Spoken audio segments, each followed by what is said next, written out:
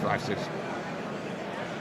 Hi, I'm Abe Peck, Executive Editor of Inside Unmanned Systems, and we're happy to have Zach Dukowitz with us. He's a Senior Communications Manager at Flyability, and he's accompanied by the Helios 3, right? And, yes, sir. Our brand new drone. We launched it in May. Right, and so tell us what's different about this one. Yeah, so a big upgrade from the Helios 2 to the Helios 3 is the addition of the LiDAR sensor, which you can see here. The LiDAR data allows us to create 3D models in real time. So when you're flying on the tablet, you'll have a 3D model that you can manipulate to show you where you are in three-dimensional space. The LiDAR data also enables the drone to use SLAM, simultaneous localization and mapping, and that's how you get the 3D model. So I could say more about LiDAR, but yeah. Well, LiDAR, what would maybe was? Well, I will Sure. ask you this, which is, what applications does it now allow you to do? Yeah, it's a great question. So mining is one of the biggest spaces where we're seeing it adopted, but also the cement industry. And one reason, the LiDAR sensing allows you to fly in dusty environments. So you can imagine if you're in a cement silo and you're kicking up a ton of dust, Sure. and the visual feed's blind.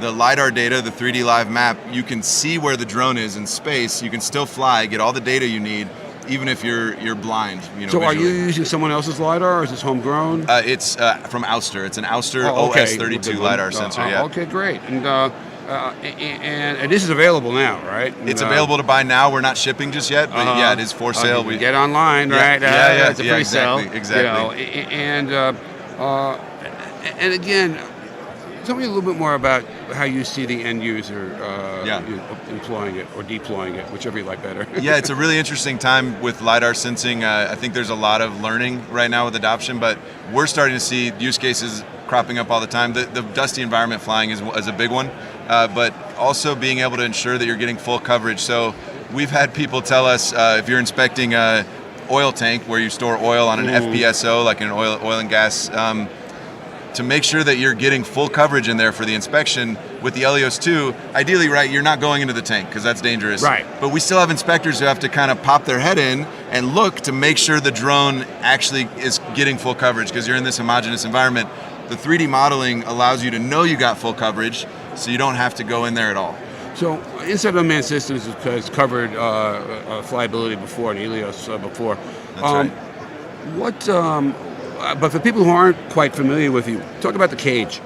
Yeah, sure. So the cage is kind of iconic at this point. We pioneered the idea of creating a drone for flying in confined spaces. The cage is the most obvious part of the fact that it can fly in confined spaces. It protects the drone so it can bump up against things. We even see people sometimes intentionally sliding along the surface of something. But from the beginning, we wanted to make a drone only for flying in dangerous confined areas. The idea came from our founders who were watching during the Fukushima disaster. Ground-based robots were being sent in and they were being repelled by water and debris, and they were thinking like there has to be another way to get the data you need inside these dangerous spaces, and so flying is an obvious solution. So the 3Ds, dark, dangerous, and dirty, right? Yeah, exactly. Exactly. Tell me if you started with Fukushima, but as it's been used, tell me an anecdote of like how it's been used that was just kind of odd, or not so much this one because it's brand new, but. So this is for the Helios 3, but we did a panel yesterday with the Cargill. Cargill does a lot of agriculture. Right, sure. We got these really cool pictures from a use case. I'd never thought of this before, but they're flying up into the canopy of palm trees, so they could 3D map the amount of fruit that was present in the palm trees. This was in Indonesia. It was a mission they did recently. That was a pretty unusual one. Another sort of unusual use case was 3D mapping ice caves on a glacier and lava tubes on a volcano. We did this in May, and I got to go along for the volcano part. Where was the volcano? The volcano was in Iceland. It was the Fagradeshfall volcano. That's my best shot. I'm not even going to try the glacier. But the 3D mapping was being used by scientists for the volcano. It was being used as an analog for what it might be like to travel on Mars or the moon, because they have similar environments. And then also the glacier, they're 3D mapping to study climate change. They were getting baseline data. They're going to go back in a year and see what change may have taken place. I'm doing a volcano trip in Italy with my 4-year-old grandson, who's a volcano freak, in November. Maybe I'll take one of your drones along. You know, well, we'd be happy to loan you one. The research outfit we were there with in Iceland is actually from Italy. They're called La Vinta, and they do cave exploration. It's fantastic! They're speleologists, and you guys still have those great videos on your website if people want to see them. We sure do. And I should mention that Vice News released a documentary about the glacier mission. Oh, fantastic! If you want to see footage from that, great! Just go to Vice News. You'll find it. Oh, great! And what's your website? Flyability.com. Great.